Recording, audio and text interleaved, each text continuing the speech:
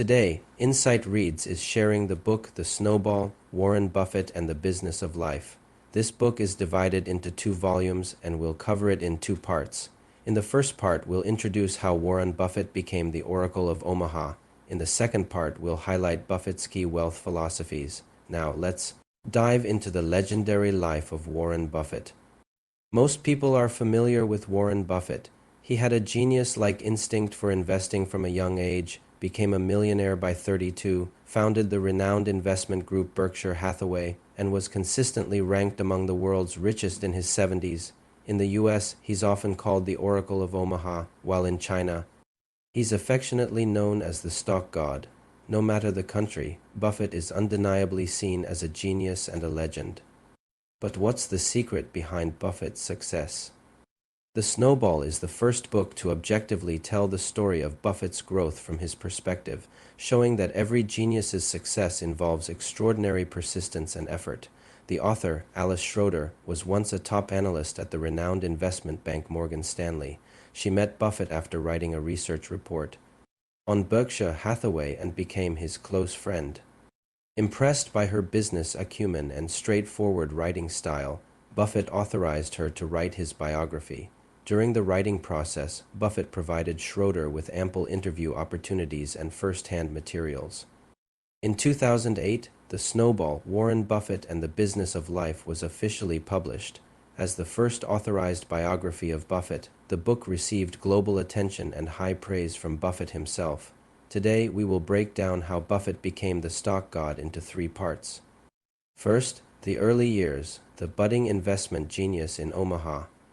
Second, the strategic steps towards becoming a millionaire. Third, the rise of the stock god Buffett. Let's start with the first part, the budding investment genius in Omaha. In 1930, Warren Buffett was born in Omaha, Nebraska. His family had been running a grocery store in Omaha for generations, and it was quite successful. However, his father did not follow in the family business but instead started a stock brokerage firm.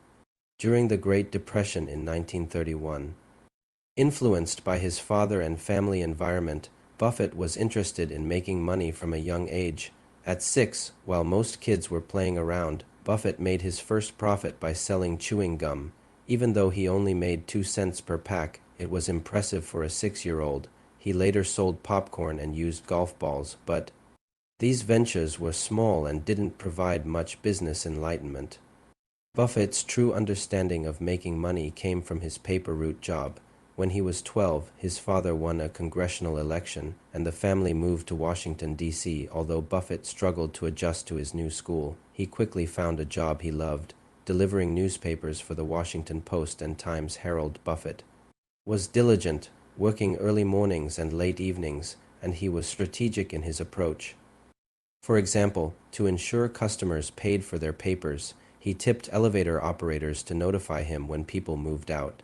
He also persuaded managers to assign him routes in upscale neighborhoods with more subscribers. By 14, Buffett had saved $1,000 from delivering newspapers, a significant amount for a kid at that time. Age 12 was a turning point for Buffett. That same year, besides delivering newspapers, Buffett and his sister bought their first stock, 3 shares of Citi Service preferred stock at $38.25 each. Like many beginners, Buffett didn't understand much about the stock, only that it was his father's favorite. When the stock price dropped significantly, Buffett experienced investment risk and pressure for the first time. So when the stock price rebounded to $40, he quickly sold it. Unfortunately, the stock soon soared to $202 per share, teaching Buffett valuable lessons about investing, not to focus too much on the purchase price and to be patient for long-term gains. After his father lost the election, Buffett returned to his hometown.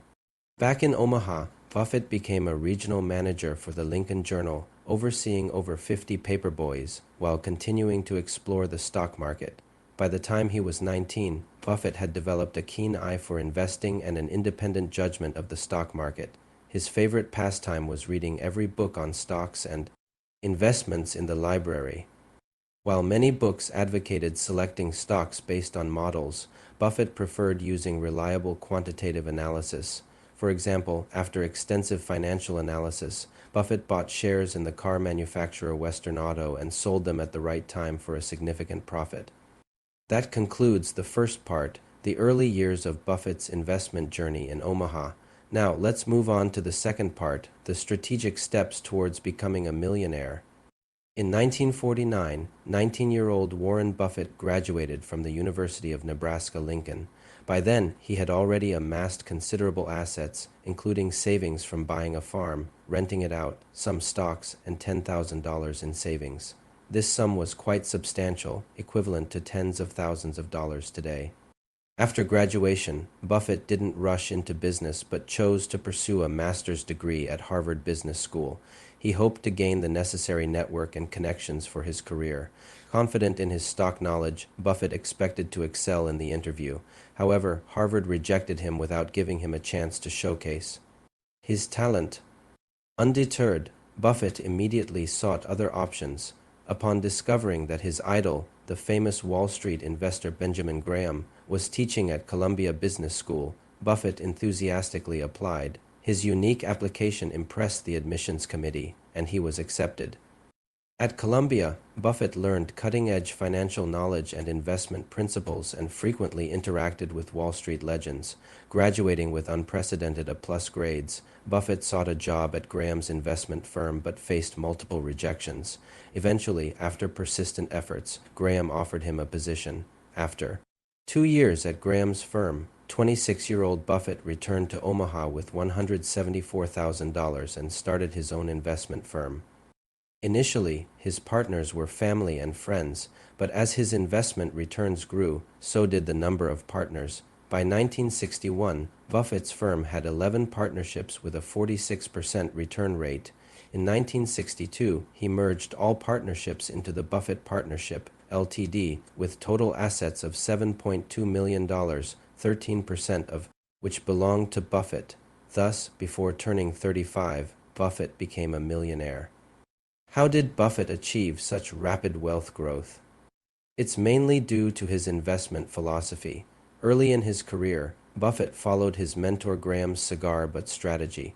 Graham believed undervalued, neglected stocks were like discarded cigar butts, which, though seemingly worthless, could still yield a few valuable puffs. Following this strategy, from 1956 to 1962, Buffett invested in companies like American Fire Insurance, National American Securities, and Maracaibo Oil Explorations, all of which delivered significant returns. Now, let's move on to the third part, the rise of the stock god Buffett. In the early stages, Buffett strictly adhered to the cigar butt strategy, seeking undervalued stocks and selling them when their prices rose. Although this approach made him money, it also led to some unpleasant experiences, like the backlash he faced after selling the failing Dempster Mill Manufacturing Company. Moreover, despite investing heavily in the struggling Berkshire Hathaway Textile Company, it eventually went bankrupt. Fortunately, during this period, Buffett met his business partner Charlie Munger. Although they shared similar investment philosophies, their attitudes towards risk differed significantly. Influenced by Graham, Buffett was risk-averse and often missed profit opportunities to avoid risks. Munger, on the other hand, believed in seizing opportunities despite risks. Under Munger's influence, Buffett began re-evaluating the cigar butt strategy. He realized that focusing solely on stock prices without considering a company's management and operations was outdated. Buffett then shifted to investing in companies with strong intangible assets, such as excellent management, durable brands, and unique competitive advantages, even if it meant paying a fair price for them. This shift marked the beginning of Buffett's mature investment phase. He invested in companies like American Express, Disney, The Washington Post, and Coca-Cola, which not only provided high returns but also thrived under his investment.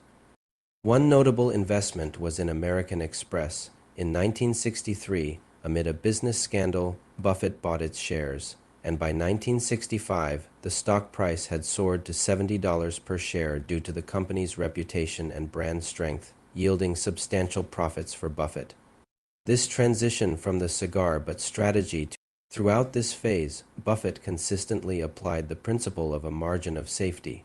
This principle involves thorough risk assessment and choosing relatively safe investments by buying stocks significantly below their intrinsic value, much like finding high-quality items at bargain prices. Buffett also believed in diversifying investments to improve the margin of safety, reducing risks and enhancing returns. Each successful investment followed the margin of safety principle, enabling Buffett to navigate the unpredictable stock market and solidify his legendary status. To summarize, we covered 3 parts of Buffett's journey to becoming the stock god. First, Buffett's exploratory phase in investing, starting with his early interest in making money and his first stock purchase at 12, leading to his development of independent market judgment and keen investment insight by 19. Second, Buffett's entrepreneurial phase, where he graduated from college with significant assets, learned advanced investment principles at Columbia, and successfully implemented the cigar butt strategy to become a millionaire before 35. Finally, Buffett's mature investment phase, influenced by Charlie Munger, where he transitioned from the cigar butt strategy to investing in potential stocks, leading to the transformation of Berkshire Hathaway into a global investment powerhouse. If you want to learn more about Charlie Munger, I highly recommend the book Poor Charlie's Almanac, The Wit and Wisdom of Charles T. Munger. In conclusion, Buffett's journey to becoming the stock god involved not only innate genius but also extraordinary perseverance and continuous learning. Despite numerous failures, he never gave up and always found ways to adapt and succeed. His success demonstrates that even geniuses require unwavering dedication and effort.